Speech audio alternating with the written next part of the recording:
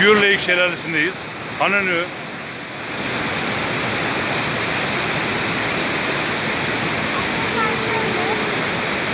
Muhteşem bir yer.